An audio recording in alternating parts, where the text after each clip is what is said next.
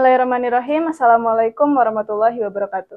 Kembali lagi di Kata Perempuan, podcast menjadi wadah bagi para perempuan untuk berbagi ilmu, pandangan, serta pengalaman. Kata Perempuan berbagi cerita demi perubahan dunia nyata. Kembali lagi nih Kak Ija, Kata Perempuan. Meriah banget. Ada apa nih? Merah putih, ya kan? Kita udah merah putih. Nah, ini kan ya, nyanyi dulu 17 tahun. Nanti takut ada produser datang. Ini kita dalam tema khusus spesial kemerdekaan nih. Betul. Tuh lihat tuh. Ada merah, ada putih, ada yang kurang, Bu. Apa? One Piece. Bercanda ya, bercanda. Jangan di ban ya. Nanti dimarahin Sufmi Dasko. Jadi kita lagi mau bahas tentang Indonesia di umur umur 80 tahun. Udah syebeh banget, udah tua. Kalau orang 80 tahun tuh kemampuan semua serba berkurang. Ya enggak? Sebagai orang tua. Tapi itu kalau orang. Nah, kalau misalnya negara harusnya seperti apa di umur 80 tahun? Harusnya enggak berutang banyak gitu sih. Enggak lain lagi ya. Salah. Banyak kalau yang berutang ya. Nah, harusnya makin berdaulat, makin jaya sih normalnya, tapi kita akan bahas itu ya, bagaimana perjalanan Indonesia di 80 tahun ini. Ya. Kita akan bahas sejarahnya. Ini kenapa kita akan bahas sejarahnya, singkat aja, karena banyak Gen Z, enggak Gen Z juga, bahkan kaum milenial juga tidak tahu sejarah Indonesia gitu ya kan. Ya, jadi kita akan bahas kadarnya aja tahu. Ya. Tujuannya mengenal sejarah itu kan untuk menumbuhkan rasa nasionalisme juga. Ya. Udah nggak usah kepanjangan ngomong, kalau kita yang ngomong jadi makin nggak terarah ya. Malah dia narasumber nanti. Oke, kita akan undang satu narasumber yang paling tepat sih. Kenapa? Tahu nggak alasannya kenapa aku milih? Kenapa tuh? Karena pernah masuk dalam satu kelasnya, itu menceritakan sejarah tuh selalu ada ini loh, bahasannya tuh unik gitu. Nanti tak bahas nanti. Kita lihat nanti ya. Okay. Kita kedatangan siapa nih?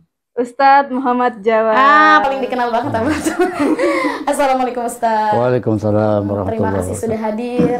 Alhamdulillah. Ya, apa kabar Ustadz? Sama-sama. Alhamdulillah sehat. Alhamdulillah sehat semua. Insyaallah. Alhamdulillah.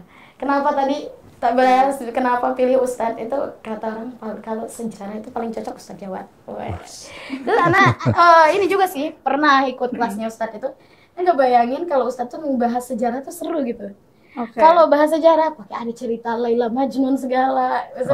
Iya. Banyak perumpamaan. Kalau cerita Laila Majnun, ini keinget ini Abah saya tuh nyenengin ngejengkelin. Jadi kalau cerita itu ada nanti cerita Abu Nawas, jadi teringat gitu. Satu hari saya pernah nanya hari Ustadz, Abah hari ini hari apa ya? Bener-bener nggak ingat hari apa gitu. Jawabannya bukan hari Minggu gitu. Dia jawab gini, jadi dulu zamannya Harun Rashid gitu ya. Harun Rashid nanya ke Abu Nawas carikan saya orang paling bodoh di negeri ini. Oh gampang kata Abu Nawas. Ya cari aja orang yang lupa hari sama lupa tanggal. Ngeselin nggak? Nah, panjang banget. Bukan jawab hari Minggu. Nah makanya ketika Ustadz cerita Laila Majnun, tiba-tiba Iya. Itu intermezzo Ustadz. Iya. Kita mau bahas tentang 80 tahun Indonesia kemerdekaan. Nah tapi sebelum kita bahas itu, kita mau bahas sejarah dulu. Sekelumit lah. Bagaimana Indonesia ini berjuang untuk mendapatkan kemerdekaan gitu. Baik. Bismillahirrahmanirrahim. Ini harus mundur lagi. Biasa kan cerita flashback lama. Jadi sebetulnya manusia ini dalam kehidupannya di dunia ini menjalani 3 strata kehidupan secara sekaligus. Ya. Yang pertama kehidupan secara jasadiah, secara fisik, secara fisikal, secara biologis, ya kan, makan, minum, tumbuh, bergerak, berkembang biak dan seterusnya. Tapi manusia bukan hanya itu, dia punya ranah kehidupan yang lebih tinggi yang kita sebut sebagai kehidupan secara nafsiyah atau secara psikologikal. Ketika manusia memiliki cita-cita, tujuan, keinginan, harapan dan seterusnya, ingin dipuji, ingin berprestasi, ini adalah citra kehidupan manusia pada strata yang lebih tinggi. Ya. Karena hewan tidak membangun cita-cita dalam kehidupannya, dia hanya hidup secara biologis saja, dia tidak punya harapan masa depan dan seterusnya. Nah, kehidupan manusia tidak hanya berhenti di situ, dia juga menjalani kehidupan yang lebih tinggi lagi dari kehidupan kejiwaan atau psikologikal, yaitu kehidupan rohani, kehidupan pada strata tertinggi kemanusiaan, di mana manusia itu mencintai nilai-nilai keadilan, kebebasan, kemanusiaan, kemudian juga nilai kesucian, ya. Pokoknya nilai-nilai adiluhung kemanusiaannya. Nah, ketika manusia diagresi pada nilai kemerdekaannya, maka mereka akan berusaha untuk berjuang, ya, pada semua ranah tingkatan itu. Ya. Jadi penjajahan oleh karenanya itu ada yang bersifat fisikal, ya, dengan tentara, dengan pasukan, dengan menjajah dalam kategori penjajahan secara negara dijajah oleh negara lain atau suatu bangsa dijajah oleh bangsa lain, dengan dieksploitasi kemanusiaannya, dieksploitasi sumber daya manusianya, dieksploitasi sumber daya alamnya dan seterusnya. Ini keterjajahan dari sisi fiskal, secara biologikal. Kemudian bangsa atau masyarakat atau manusia bahkan secara individual itu memiliki harapan, cita-cita, keinginan masa depan dan seterusnya. Nah, penjajahan juga ada yang pada datar seperti ini, ya, dijajah pada sisi kebebasan individunya, di mana dia tidak memiliki kebebasan untuk mengekspresikan secara mandiri apa-apa yang menjadi tujuan kehidupannya, baik secara individual ataupun secara komunal atau secara kebangsaan. Nah, pada datar lebih tinggi penjajahan juga bisa terjadi. Penjajahan pada ketika manusia kehilangan kebebasan ruhaninya, yaitu dia tidak boleh membangun cita-cita keadilan dan seterusnya. Boleh jadi suatu negara itu sejahtera secara fisikal atau diberi kebebasan secara politikal, secara kejiwaan, tapi dia tidak diberi kebebasan pada data yang lebih tinggi. Ya. Nah, pada ketiga tingkatan ini semakin tinggi itu semakin pelik sebetulnya persoalannya. Nah, bangsa Indonesia itu mengalami penjajahan sejak awal, ya, bahkan 350 tahun kan katanya dijajah oleh Belanda, meskipun sebelumnya sudah mulai ada penjajahan yang bersifat lokal, ya, oleh Portugis atau oleh Spanyol, ya, di Maluku dan seterusnya. Karena masalahnya kita punya sumber daya alam yang tidak dimiliki oleh negara lain. Bayangkan, ya, rempah-rempah kita itu waktu itu seperti emas dan perak, ya, lah, ya, sangat mahal di sana. Jadi kalau kita lihat orang-orang Eropa itu makanannya ya paling manis, asin, dan nggak ada rasa-rasa seperti gurih dan seterusnya. Jadi mereka merasa kok kehidupan ini mereka itu kurang.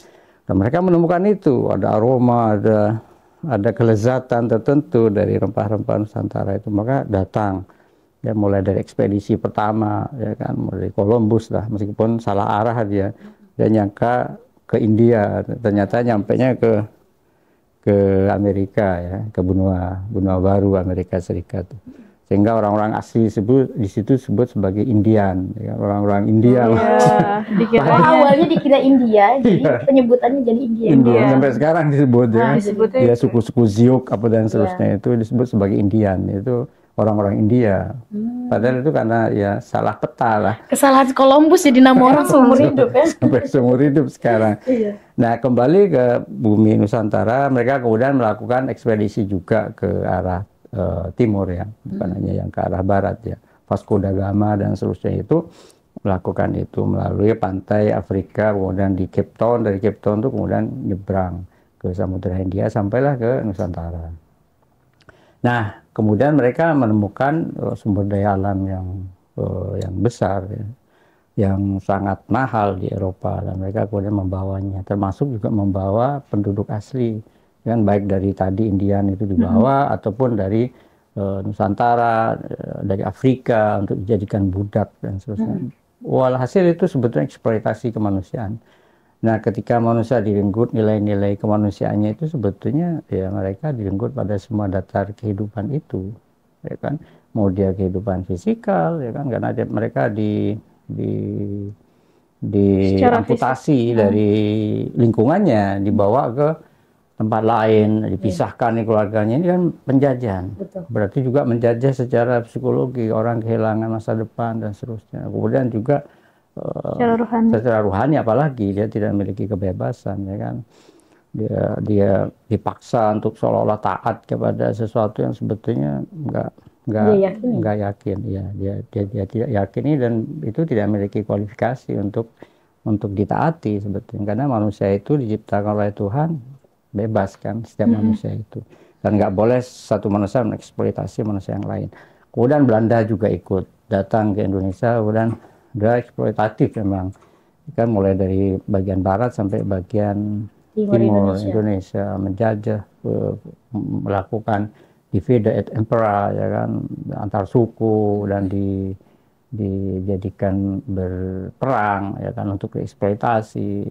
Nah, penjajahan ini kemudian berlangsung selama 350 tahun, dan selama masa itu selalu terjadi, ya kan, upaya untuk pemberontakan untuk kemerdekaan.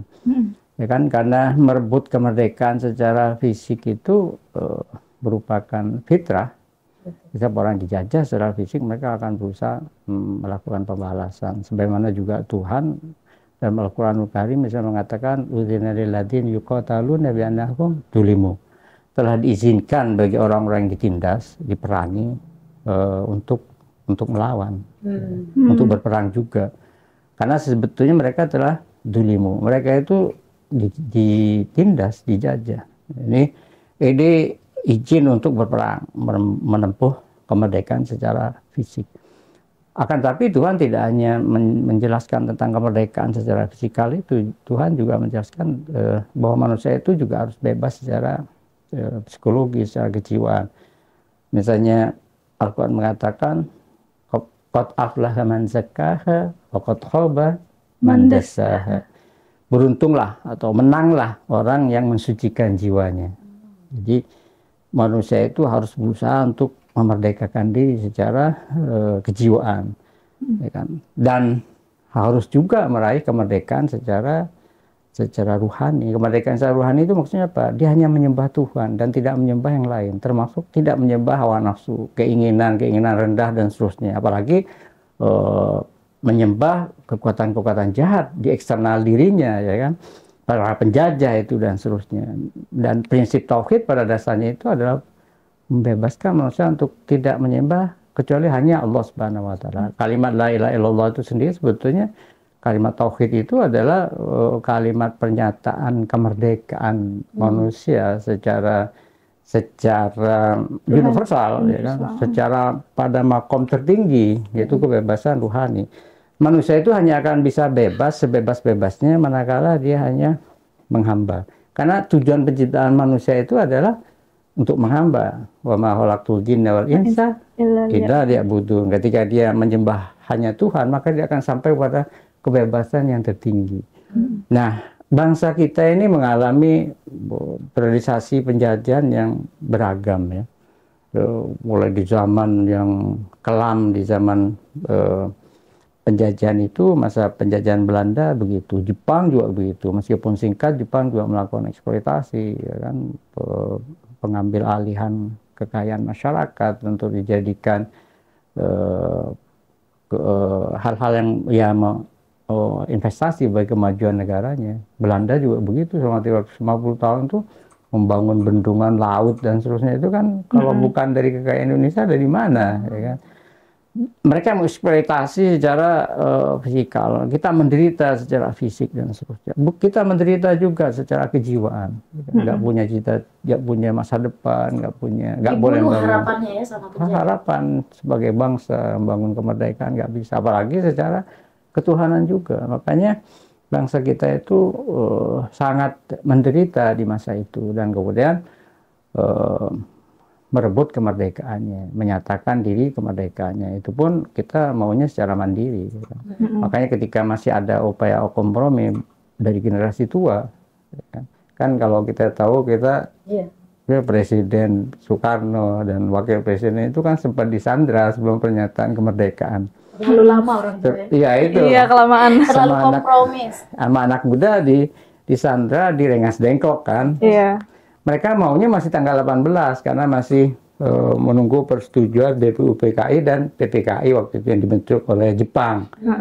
Anak muda enggak, hatta 1 hari, bahkan 1 hari enggak mau. Pokoknya harus sekarang 17. Karena kalau selisih 1 hari saja itu nanti kita akan berbeda.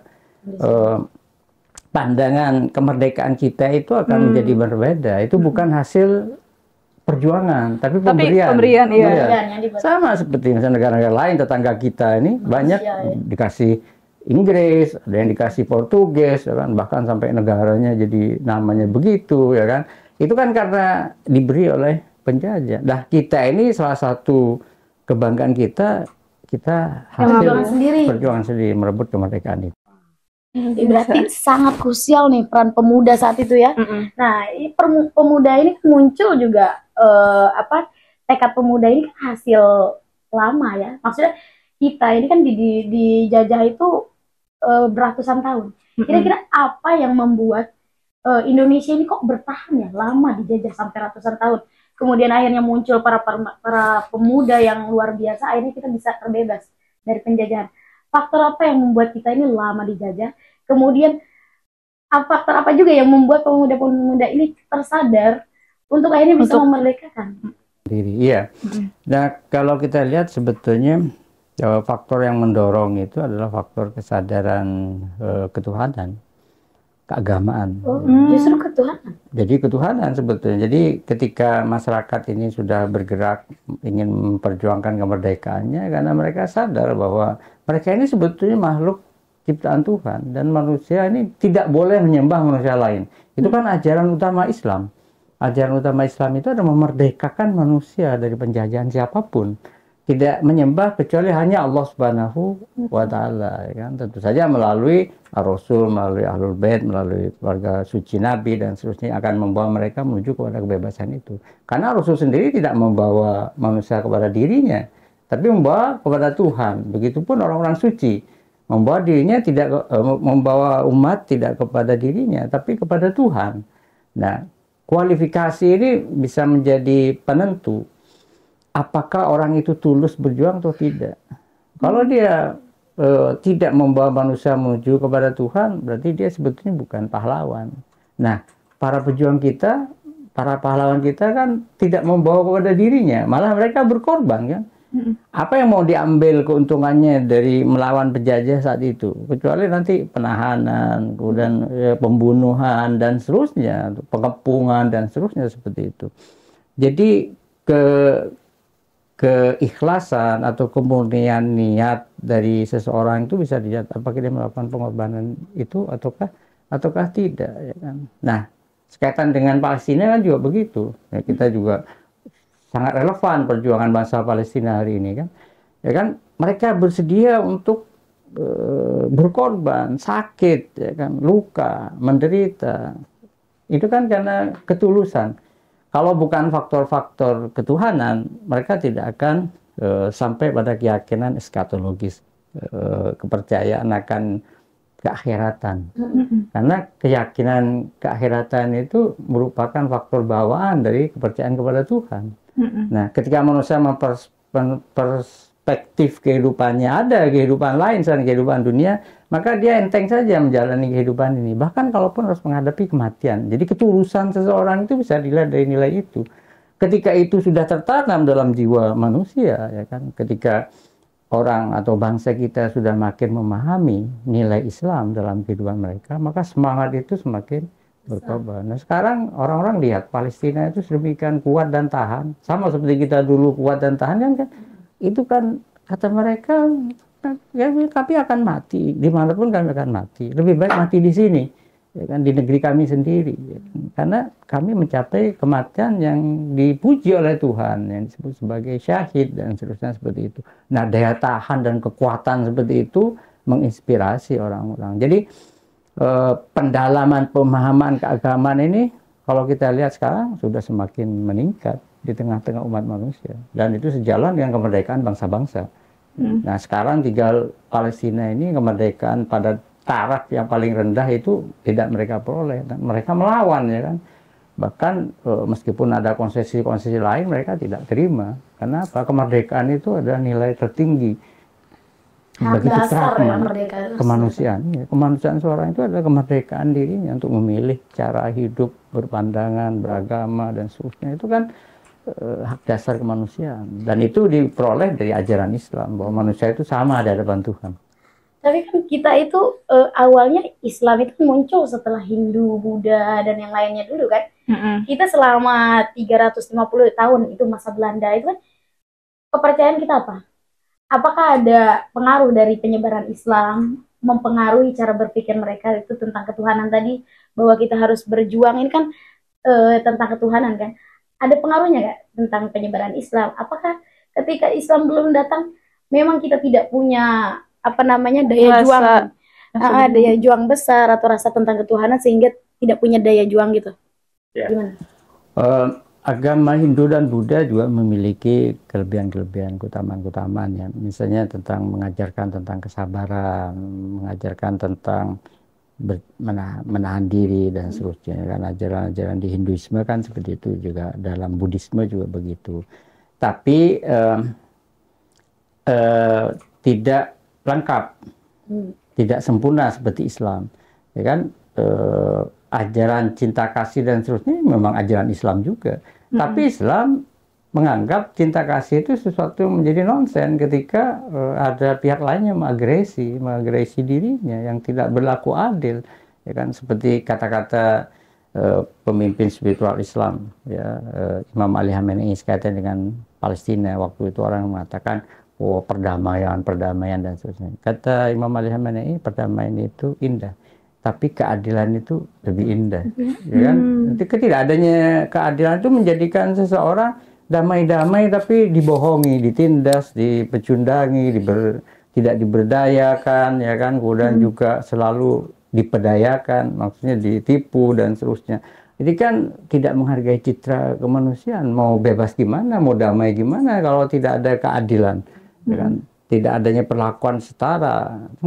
Kalian juga manusia, saya juga manusia yang diciptakan Tuhan pada dasar yang sama sebagai hambanya. Jadi kita tidak boleh saling mengeksploitasi. Eksploitasi antar manusia itu sendiri adalah suatu kejahatan kemanusiaan. Pilar utama itu tadi ya. Kenapa Islam mungkin berbeda adalah keadilan. Betul. Pilar tentang keadilan, bahwa semua orang tuh berhak hidup, misal kayak gitu ya. Terus itu tadi kan ceritanya tentang orang semakin sadar, ya kan? Makanya bisa merdeka. Pengaruh juga tidak dengan pendidikan. Saat itu kan orang Indonesia itu ibaratnya dieksploitasi lah kebodohannya, dibiarkan untuk bodoh, ya kan? Tapi sebagian kan mulai bersekolah, makanya muncul kesadaran itu. Mungkin gak Ustadz? Terus kalau misalnya disambungkan dengan masa sekarang gitu ya, kenapa Indonesia tidak maju-maju? Apakah benar kebodohan itu dipiara? Kita udah 80 tahun, tapi kok tidak ada perubahan yang signifikan. Mungkin secara fisik iya, kita mulai ada gedung-gedung tinggi, tapi kan kemajuan itu kan bukan secara fisik saja kan? Kebodohan itu sebetulnya bermakna ganda. Pertama, kebodohan dari sisi pengajaran dan kebodohan dari sisi pendidikan. Karena kita melihat pengajaran dan pendidikan itu berbeda. Pendidikan itu hanya berkaitan dengan persoalan-persoalan dia bisa baca tulis atau enggak. Ya kan? Kalau kita sudah bisa baca tulis, berhitung dan seterusnya, dia cerdas, jadi dokter, jadi insinyur, itu sudah cukup. Iya, cukup untuk melawan kebodohan dari sisi pengajaran. Tapi apakah dia akan menjadi terdidik? Ya kan? Ketika orang berlaku tidak benar dalam kehidupannya, mengeksploitasi orang lain, atau bersedia untuk dieksploitasi dan seterusnya, maka dia cacat dari sisi pendidikan. Karena dia tidak memanusia. Tidak menjadikan orang menjadi manusia itu sesuatu yang parah. Ya, kebodohan yang parah itu. Atau pembodohan yang parah terhadap orang lain. Itu supaya tidak sadar akan hak-hak individualnya dan seterusnya. Ya kan? Meskipun bangsa Indonesia saat itu masih banyak yang buta huruf, tapi mereka kemudian sadar. Nah, kesadaran ini adalah jenis pendidikan, keterdidikan yang lain. Bukan dari sisi pelajaran. Karena banyak orang pintar, ahli ekonomi, tapi dia korupsi. Ya kan? Berarti mengambil hak orang lain, melakukan eksploitasi. Tapi ada orang yang mungkin tidak bisa tulis baca, ya kan? di pegunungan hidupnya, tapi dia konsisten dengan nilai-nilai kemanusiaan, ya kan? Bersedia untuk berkorban untuk nilai kemanusiaan. Kalau pernah tahu di kawah Gunung Merapi itu ada penjaga namanya Mbah Marijan. Sampai iklan Iya, Mbah Marijan itu setia, dia menjaga gunung itu. Jadi dia memberikan informasi lebih mungkin dari BNPB ya, lebih cepat. Kenal banget, iya. sama gunung. Dia sudah tahu nih gunung akan sekian. Sampai dia sendiri berkorban dan dia kemudian kena kawah, kena abu vulkanik yang panas itu, ya kan, asap yang panas itu. Yang disebut sebagai pedus gembel. Kemudian beliau syahid di situ. Nah, ini kan berarti apa? Dia mungkin nggak bisa baca tulis, dia nggak dapat gelar S1, S2, S3 dan seterusnya. Tapi dia orang yang cerdas sebetulnya, secara ruhani dan seterusnya. Dia tercerahkan, dia terdidik, meskipun dia bukan terpelajar. Ya, bukan intelektual ya. Secara formal. Dia terdidik. Meskipun dia mungkin tidak terpelajar, ya beda kan berarti. Ya, keterpelajaran dan keterpendidikan itu berbeda. Itu nggak sih berarti kemanusiaan apa kita mulai tergerus ya, nilai-nilai kemanusiaan. Makanya kita, menurut saya sih bukan maju ya, paham nggak? Tapi coba kita lihat dulu deh. Kan dalam dari tahun 45 sampai sekarang tahun 2025 kan udah 80 tahun ya, Ustadz. Nah, ini bagaimana berkaca dari 80 tahun ini, sebenarnya jiwa negara Indonesia itu apakah masih sama dengan waktu tahun 45 ataukah adakah perubahan-perubahan tertentu gitu? Kemerdekaannya mungkin ya, anti ketertindasannya masih sama nggak dengan kita sekarang? Kita sebenarnya pada dua sisi, yaitu tentang kemerdekaan, kemerdekaan. Apa yang dimaksud dengan kemerdekaan itu? Dan penjajahan. Penjajahannya itu jenis apa sekarang, ya kan? Ketika daya tahan para penjajah itu untuk menjajah secara fisik sudah hilang kemampuannya, maka mereka lepaskan itu. Tapi mereka masih berusaha untuk apa? Tetap menjajah dari sisi yang lain. Ekonomi. Biarin dia bebas, bikin negara sendiri dan seterusnya. Tapi negara itu tetap tergantung. Negara itu masih bisa dieksploitasi dengan cara-cara tertentu atau bekerja sama dengan orang-orang tertentu yang menjabat dan seterusnya di pucuk pimpinan negara itu. Kan berarti keterjajahan secara psikologis tadi, kejiwaan masih tetap berlangsung. Bangsa itu tidak punya kepercayaan diri, tidak memiliki kemandirian, berarti kan masih terjajah. Mereka tidak dilihat para penjajah itu sebagai penjajah sekarang. Kenapa? Karena hubungannya seperti hubungan dagang. Ya kan? Tapi hubungan dagangnya muncul dari eksploitasi, penjajahan juga.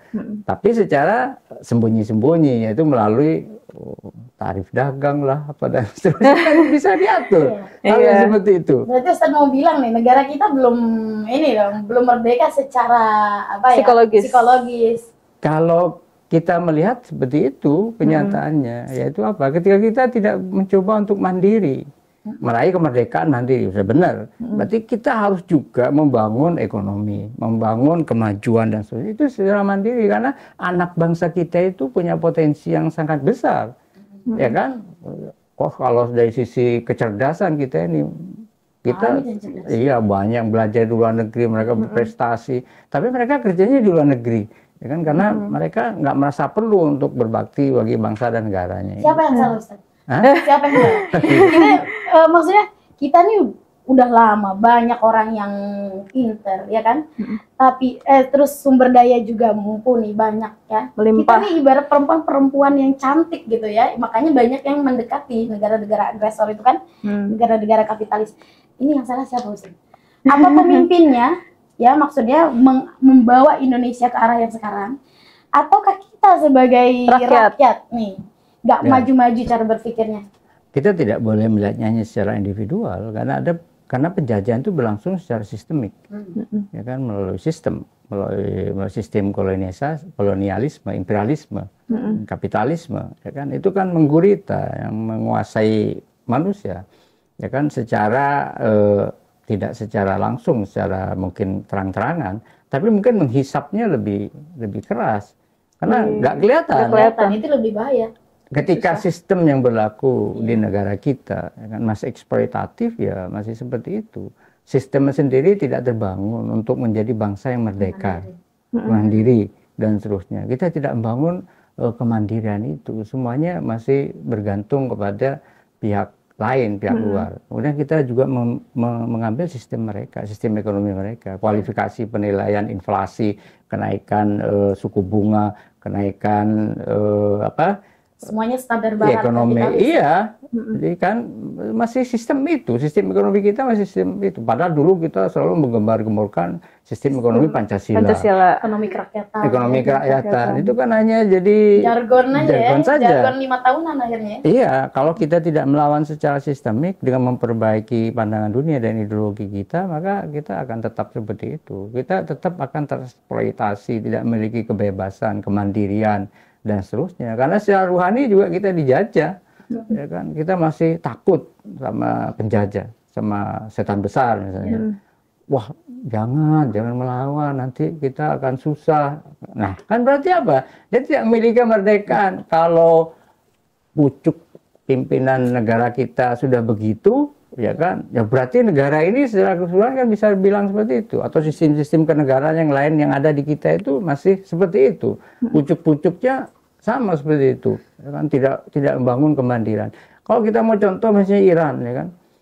Iran itu melipat kemajuan dalam waktu yang cepat. Kita 80 tahun, Iran baru 40 tahun, 45 tahun. Mereka sudah mencapai kemajuan sedemikian rupa. Bukan hanya dari sisi persenjataan loh ya, ya kan, dari sisi ilmu pengetahuan, teknologi, kesehatan dan seterusnya, mereka itu berada terdepan, ya kan, 4 besar, 3 besar dibanding negara-negara tertentu itu. Bahkan inovasi kemajuan teknologi itu mereka baru. Kenapa? Karena dasar-dasar pemikiran tentang ilmu fisika, ilmu kimia dan seterusnya itu mereka mandiri.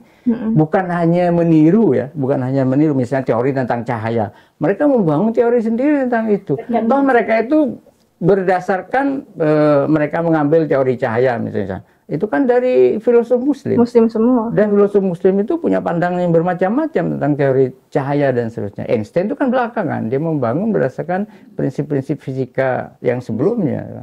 Padahal ada teori fisika yang lain. Nah, makanya dunia hari ini kan terbelalak terus. Ya kan? Lihat Iran ya. Operasi robotik. Jadi seorang dokter spesialis bisa melakukan operasi di beragam tempat tanpa harus pergi ke sana kemari. Pakai robot. Di Iran sekarang? Di Iran. Nah, Indonesia sudah kerjasama. Seperti Universitas Makassar dan seterusnya, beberapa juga di Jawa. Jadi mereka belajar di Iran. Kemudian juga bedah jantung dan seterusnya. Ini kemajuan-kemajuan yang luar biasa, yang hanya mungkin dilakukan kalau mentalitas, nah, kemerdekaan secara mental lagi. Bangsa kita itu mandiri, ya kan? Nggak mau tergantung sama asing, berjuang untuk bangsa dan negaranya, konsisten dengan itu yang tidak ada, mentalitas kita nggak ada. Berarti kuncinya, salah satu kuncinya punya pemimpin yang pemimpin kuat yang berpikir, yang mendongkrak kemandirian. Iya, betul nggak Ustaz? Kan kalau Iran itu 45 tahun di bawah kepemimpinan Said Imam Khomeini dulu ya, sebagai founding father-nya, kemudian dilanjutkan sama Said Ali Khamenei. Pemimpin penting berarti ya? Pemimpin penting, tapi juga itu kan bergantung dari masyarakatnya juga. Iya. Ya kan, masyarakat atau bangsa itu secara keseluruhan citranya seperti apa? Kita ini bangsa mandiri. Dari awal kita ini bangsa pejuang. Lah itu harus tumbuh terus berada di tengah kita. Memaknai kemerdekaan itu bukan hanya dengan pesta pora, naik pinang lah, banyak korban, kan mati sia-sia karena kebodohan. Kita ini jadi bahan ketertawaan orang kalau begitu. Kenapa memperingati kemerdekaan itu hanya hal-hal yang seperti itu? Kenapa bukan misalnya pengumuman kemajuan kita dalam teknologi ini, memperingati 80 tahun kita mandiri sudah membuat drone. Nggak ada itu. Nah, kan mau diumumkan, belum ada gitu. Nah itu ya SMK aja ternyata proud. Kemajuan bidang pertanian, misalnya kan di atasnya tomat, bawahnya wortel. Nah, seperti itu, berbuah wortel. Tapi kita masih terbalik. Di atasnya wortel, bawahnya tomat. Di atas nggak berbuah, di bawah nggak berbuah juga. Kita kan harusnya berhasil menciptakan cloning dan sebagainya itu, yaitu di atasnya tomat, jadi berbuah tomat. Karena masih satu keluarga itu, di bawahnya misalnya wortel, jadi atas bawah berbuah. Cuma yang masih terjadi kebalikannya. Jepang tuh pertaniannya bertumpuk loh, apa yang vertikal itu. Mereka nanam apa tuh? Bertingkat-tingkat. Kita belum ke sana. Tapi ya berarti bukan sekadar pemimpin ya Ustaz ya. Tapi kolektif juga, nih ya, kesadaran. Salah satunya Mahdawiya Channel nih. Nah, tapi ini banyak juga nih Kak Ija. Ada juga argumentasi-argumentasi orang-orang yang mendukung pasar bebas ya. Gimana ya kalau misalnya kita kita nggak mendukung impor gitu. Kan ada beberapa bagian emang Indonesia itu nggak bisa menghasilkan atau bahkan lebih mahal daripada petani yang dihasilkan itu. Nah itu jadi harga itu lebih mahal. Nah kita nggak berani kalau misalnya harga lebih mahal dikit bentar itu langsung protes kan. Padahal itu salah satu bentuk kemandirian untuk nggak impor sebenarnya. Kita jadi negara penakut ya. Ya itu sumbernya dari kepengecutan itu. Jadi kalau dari awal kita berani pada negosiasi, dan negosiasi itu Amerika itu nggak pernah negosiasi. Mereka itu dikte. Dan dalam diplomasi mereka itu kan kita ini mentalitas diplomat kita, mentalitas para negosiator kita itu yaitu pakai nggak enak dan sebagainya. Sama penjajah nggak enak. Terus gimana? Ya kan harusnya berani. Nah makanya Mahdawiya Channel ini perlu juga untuk membangun kesadaran itu di tengah anak-anak muda bahwa dia itu makhluk Tuhan yang dipilih oleh Tuhan. Jadi manusia itu pilihan Tuhan. Karena kalau enggak dia nggak jadi manusia.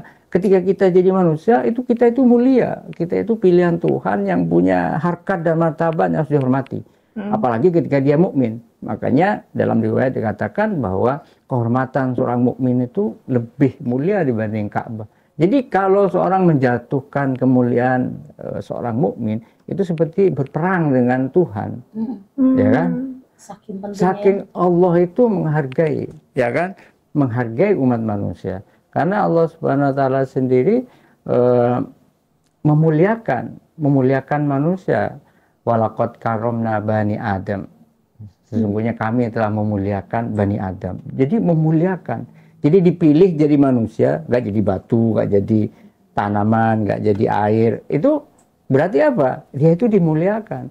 Nah, ketika orang tidak memuliakan dirinya dengan melakukan tadi hal-hal yang buruk, ya kan, hina, ya kan, takut dan sebagainya, penakut dan seterusnya, itu akan ya berarti dia tidak menghargai dirinya. Orang yang tidak menghargai dirinya itu tidak mungkin melakukan hal-hal yang berharga dalam kehidupan ini, mulia. Ini kalau berbicara Indonesia tuh ya nggak jauh, kita berbicara juga presiden kita ya, mau nggak mau ya Anda sebagai presiden harus mau dikritik ya. Presiden kita tuh punya prinsip ya, satu teman itu sedikit ya kan, satu musuh itu kebanyakan, 1000 teman terlalu sedikit. Apa ini juga yang bikin dia dengan Amerika itu terlalu sangat lowong gitu ya, mau didikte karena ya ini teman gitu ya. Ini paham-paham ini sepertinya terlihatnya indah gitu ya, manis, tapi ternyata berbahaya kan. Ya. Meskipun pidato beliau juga banyak yang berharga, ya kan, misalnya negara ini adalah negara rakyat, milik rakyat, kita harus berjuang untuk rakyat, kita sebagai tentara dan pembela rakyat, kita harus mati untuk rakyat, kita bersedia untuk itu. Nah, ini kan bagus tuh, ya kan. Tapi memang prakteknya pelaksanaan beliau berada dalam kondisi yang mungkin pelik dan sulit. Jadi karena memang membangun sesuatu yang sangat fundamental, ya kan? Revolusi mental. Revolusi dari 2014. 10 tahun revolusi mental ya, itu perlu tenaga, perlu konsentrasi, perlu fokus, perlu kesabaran, perlu ketabahan, perlu daya juang.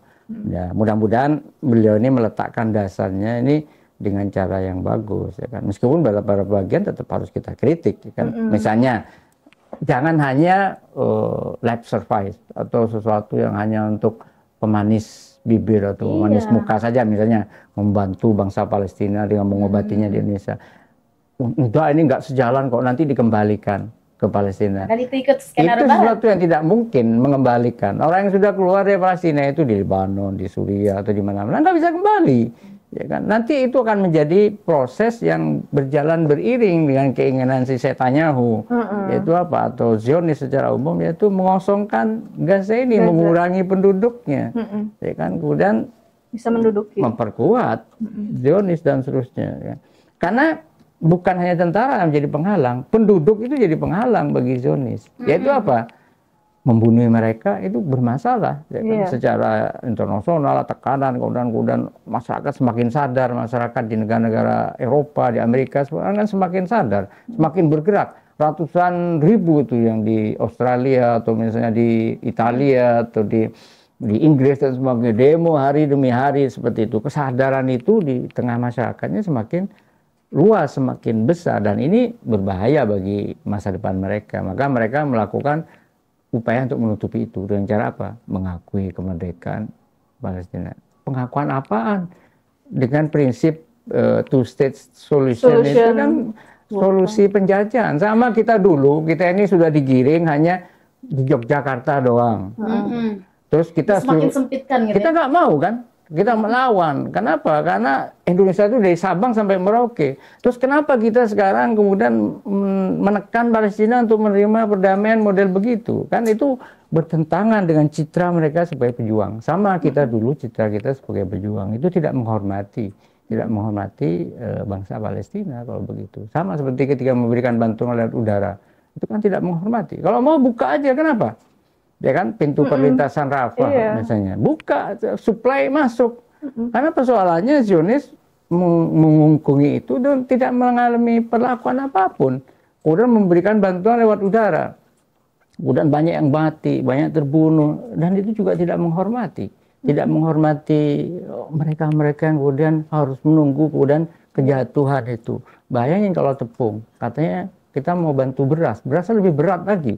Iya, satu kintal aja kalau dari atas, wah itu bisa remuk orang. Nah, ini persoalannya adalah ketika kita harus membangun sesuatu, kita harus jujur, kita harus apa adanya. Kita harus berani, karena kita adalah bangsa yang bermartabat. Jangan khawatir, bangsa kita itu bangsa pejuang, sehingga oleh karenanya nggak perlu nanti bangsa kita akan ini akan ini. Enggak. Kita ini bangsa yang gampang loh untuk hidupnya. Orang Sunda itu dilepas di kebun. Di kebun ya. Oh iya. Iya sih, karena orang Sunda sukanya sayur. Iya, lapan tinggal dikasih terasi. Bawa terasi aja kemana-mana tuh bisa makan. Ya kan? Bangsa kita udah mengalami masa-masa penderitaan. Sebetulnya standar kehidupan kita itu sudah sangat minim hari ini. Ya kan? Orang yang tinggal di bawah kereta. Ya kan, yang keretanya yang di atas itu atau di bawah jembatan dan seterusnya itu dengan fasilitas sangat minimum dari kerdus dan sebagainya. Tapi kalau kita tanya maksudnya bagaimana kehidupan, mereka masih senyum. Happy aja. Ya kan, bahasa Indonesia itu seperti itu. Kok kita ini menggunakan rakyat sebagai tameng, padahal orang-orang yang kaya dan penguasa itu, penguasa penjajah itu yang sebetulnya koruptor itu yang nggak tahan hidup susah sedikit. Mereka harus bermewah dan mereka tetap tidak menikmati meskipun hartanya sudah triliunan. Tetap aja korupsi. Iya. Nah, itu yang mentalitas itu yang harus ada. Kemerdekaan kita 80 tahun itu adalah membangun mentalitas perjuangan dan kejuangan, mengembalikan kita kepada semangat perjuangan yang dulu. Butuh kerja kolektif memang. Benar, kita juga nggak bisa menitik beratkan ke presiden pemerintah satu orang, aja. ke pemerintah ya. Memang butuh kerja kolektif. Kita sebagai rakyatnya sadar juga. Nah, sekarang Indonesia kan sudah tidak ada oposisi sepertinya. Karena dari dulu Indonesia emang non-blok, tapi bukan kita berbicara tentang Indonesia sebagai satu negara di dalam negeri nih. Pemerintahan kita ini kan semua sudah satu kubu, tidak ada oposisi lagi. Kan ini bahaya Ustadz ya. Kalau nggak ada oposisi, nggak ada yang ngerakin kamu salah, nggak ada yang koreksi. Nah, makanya kita sebagai rakyat oposisinya. Aduh, bahaya nih. Aduh, aja dari blok. Ya, tapi kan perlu ya Ustadz kita fisik itu. Bukan oposisi, tapi pengingat. Iya. Pemantau. Jadi harus ada memulai memang. Kalau kesadaran itu ditunggu, itu saling patunggu-tunggu, ya kan? Saling menunggu, itu tidak akan terjadi perubahan. Maka kita harus membangun, nah ini yang disebut sebagai khidmat sosial itu adalah memulai. Jadi relawan itu dia avant-garde, jadi ujung tombak dari perubahan itu. Memang berat, memang susah, Tapi memang harus dimulai kesadaran semacam itu. Dan terutama di generasi muda. Generasi muda itu kenapa? Karena dia akan generasi pengganti yang sudah tua, mungkin sudah terlalu mau menjelang expired dan seterusnya. Biarin deh, sudah. Tapi yang muda itu harus memiliki mentalitas yang bagus, yang baik, ya kan? Punya pandangan dunia yang bagus, ideologi yang bagus, dan seterusnya. Itu yang disebut bahwa patriotisme itu, tanah airnya itu bukan tanah dan air, tapi nilai-nilai. Itu yang dibangun. Jiwa kepahlawan, jiwa patriotisme itu adalah jiwa kejuangan dan perjuangan. Tanah airnya bukan tanah dan air, tapi nilai-nilai. Tapi kalau nasionalisme, itu nggak perlu dalil. Semua orang pasti mencintai bangsa negaranya, kalau normal ya. Secara alami. Secara alami, karena tanah air itu buayan, ya, tempat kita lahir, ya kan. Disebut sebagai ibu pertiwi. Ibu pertiwi itu karena manusia itu tanah air pertamanya adalah ibu, kemudian rumah, kemudian desa, ada lagu desaku dan seterusnya. Nah, orang tuh memang secara fitri dan Islam mengatakan seperti itu. Fitrah manusia itu mencintai tanah airnya. Kalau dia nggak mencintai tanah airnya itu nggak normal. Jiwa lain harus dibangun, dan itu nilai akhlaki yang harus dibangun, ditempa, dibina. Yaitu apa? Patriotisme. Patriotisme itu adalah nilai akhlaki. Yaitu ketika manusia tidak ifrat dan tafrid, tidak berlebihan dan tidak berkekurangan, tapi dia secara proporsional membangun potensi dalam dirinya, ya, potensi-potensi akhlaki dalam dirinya itu harus dibina, dan agama memerankan itu. Innama bu'itsu liutammima makarimal akhlak. Sesungguhnya aku diutus untuk menyempurnakan akhlak yang sempurna, membangun makarimul akhlak. Sebetulnya makarimul akhlak itu lebih tinggi dari nilai akhlaki, ya. Nilai akhlak yang mulia. Nah, Rasul SAW diutus untuk itu. Kenapa? Karena ini memang perlu pembinaan. Kalau mencintai tanah air itu sudah pasti. Ya kan, kalau kita ke luar negeri terus ada yang bahasa Indonesia, kita langsung noleh dan kemudian, oh dari mana? Oh ada merasa senang. Itu sudah sesuatu yang wajar. Tapi ada sesuatu yang perlu dibangun dalam diri kita, yaitu pengorbanan, jiwa pengorbanan, perjuangan, dan itu nilai akhlaki, dan itu harus dibangun. Dan agama itu dan ajaran Quran dan Rasulullah SAW dan para contoh Imam Suci itu adalah para teladan yang mengajari manusia gimana sebetulnya membangun patriotisme, ya kan? Di hari-hari perjuangan Imam Hussein ini kan kita juga seperti itu. Imam Hussein itu membangun itu, mencontohkan keberanian, kesetiaan, pengorbanan itu bukan hanya dengan kata-kata, tapi dengan diri, dengan darah, dengan keluarga, dengan tangis dan seterusnya. Beliau ini adalah guru kemanusiaan yang mengajari bukan hanya dengan kata-kata, tapi dengan seluruh kehidupan beliau. Dan juga seperti Sayyidah Zainab, ya kan, itu kan pejuang kemerdekaan, dan Sri Kandi Karbala, ya kan, yang tidak takut untuk menyatakan kebenaran, bahkan di hadapan para penguasa yang dolim, ya kan. Mental tertinggi itu, akhlak tertinggi itu bicara benar di hadapan penguasa dolim. Dan para nabi itu didorong untuk itu bahkan oleh Allah, ya kan. Nabi Musa masih disuruh-suruh oleh Allah Subhanahu wa Ta'ala untuk ngadepin Musa, kan begitu, ya kan. Begitu Nabi Allah Ibrahim dan seterusnya. Kenapa? Karena dari situ muncul akhlak, nilai akhlaki itu, yaitu bangunan jiwa patriotisme. Dan di peringatan 80 tahun itu, jiwa patriotis itu ada jiwa perjuangan, nilai akhlak yang dimiliki oleh manusia. Itu yang harus dibangun di tengah masyarakat kita. Semua orang bisa berpartisipasi sih ya, membangun itu. Contohnya kita kan guru nih. Kita bisa maksudnya membangun kesadaran. Ya? Iya, makanya disebut kita kan guru. Jadi membangun kesadaran dari anak-anak kecil ini yang sudah tunas-tunas bangsa gitu. Kita mulai membangun kesadaran itu memang butuh kerja kolektif. Yeah. Mungkin juga presiden makanya kemarin sulit sempat juga. Mengemis-ngemis lah ya ke Amerika untuk menurunkan tarif. Karena mungkin kalau misalnya dia tidak seperti itu, kayaknya nggak mampu nih orang Indonesia gitu kali ya. Karena mungkin dia anggap rakyat Indonesia belum sekuat mentalnya, itu belum kayak mungkin gitu. Dia kayak maju kena mundur kena. Iya gitu betul. Kan kalau kayak Iran tuh kan kenapa dia 40 tahun bisa berhasil kan? Karena rakyatnya juga sadar secara kolektif pemimpinnya hebat, mampu berjuang, bawahnya juga ya, jadi rakyatnya yakin sama pemimpinnya yakin sama rakyatnya. Nah, gitu. Pembangunan nilai mentalitas dan sebagainya itu bukan sebetulnya mengisi anak-anak dengan pikiran-pikiran kita. Karena anak-anak itu sebetulnya sudah cerdas dan memiliki kecerdasan dan memiliki kecenderungan kesucian. Ya kan? Mengajarin kejujuran ke anak, gak bisa. Kenapa? Anak lebih jujur dibanding kita. Iya, Ya kan, kita ini berkalang kabut ya, berkalang kabut berhari-hari selalu melakukan keburukan. Bahkan kita ini sebetulnya mengajarkan ketidakjujuran sama anak. Anak itu murni, tapi karena kosakatanya masih sedikit, kita sering menyergah dia, memarahi dan seterusnya. Anak karena kekurangan kosakata akhirnya berbohong. Ini sebetulnya ngajarin berbohong itu kita ke anak-anak kita. Jadi sebetulnya anak itu memiliki potensi. Apa yang dimaksud dengan tarbiyah pendidikan itu? Bukan sifatnya lisan saja terkadang. Malah menumbuh kembangkan potensi yang sudah ada pada dirinya. Yaitu apa? Mendekatkan nilai kemurnian mereka itu dengan Al-Quran. Karena dia akan nanti terpapar oleh nilai kesucian Quran dan semangat Qurani. Ya kan? Makanya Imam Khomeini katakan, akrabkanlah diri kalian dengan Al-Quran meskipun kalian tidak mengerti maksudnya. Kenapa? Karena kalau orang sudah cinta pada Al-Quran, dia akan terpapar oleh nilai-nilai ruhani Qurani. Dia dibawa ke Husainiyah, dia memiliki semangat Husaini, ya kan? Pada peringatan Al-Ba'in, dia terpapar oleh nilai-nilai perjuangan Sayyidah Zainab. Jadi orang dewasa itu sebetulnya nggak terlalu perlu sibuk-sibuk ngisi kontennya ke anak-anak. Jangan, anak-anak itu punya zamannya, ya kan? Sekarang ini zaman anak muda, ya kan? Bukan zaman kita. Jadi jangan paksakan pola kehidupan kita kepada anak muda untuk begini begitu, ya kan?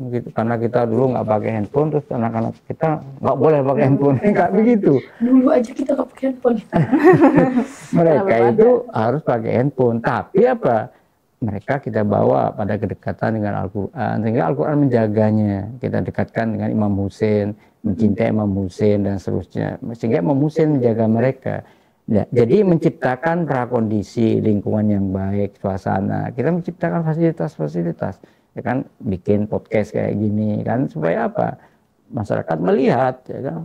Nggak kita perlu menjejali orang-orang, memaksa, berteriak-teriak dan sebagainya, menggalang, pemberontakan. Cara kayak tidak mendidik. Revolusi gitu. Pendidikan itu perlu perlahan, ya kan? Perlu pembinaan, perlu kesabaran. Karena suatu buah yang mau kita nikmati hasilnya dengan kesempurnaannya, dengan rasa manis dan seterusnya itu, ya harus sabar kita menjalani prosesnya. Bisa cepat kita cabut, kita masukkan ke dalam tanah. Rasanya beda. Ya, rasanya beda kan begitu. Ini karbitan itu jadinya orang-orang kayak ISIS gitu, para ekstremis ya kan, orang-orang yang penjahat dengan atas nama agama, ya kan, melakukan pemboman sana sini. Mau ngebom berapa orang? Karena mereka anggap misalnya orang-orang yang ini musyrik, mau dihabisin dengan cara apa manusia ini? Nggak bisa orang itu dibom untuk dihabisin, nggak mungkin, karena manusia itu akan senantiasa berkembang. Pelajaran, pendidikan, agama, nilai-nilai itu merambat, menembus tanpa kita sadari, ya kan? Menelusup, masuk bahkan ke pemuda-pemudi Amerika. Coba bayangin, mereka sangat salut sama pemimpin spiritual Imam Ali Khamenei, ya kan? Loh kan aneh, kok bisa gambarnya muncul di sana. Di Amerika mau nahan pakai apa?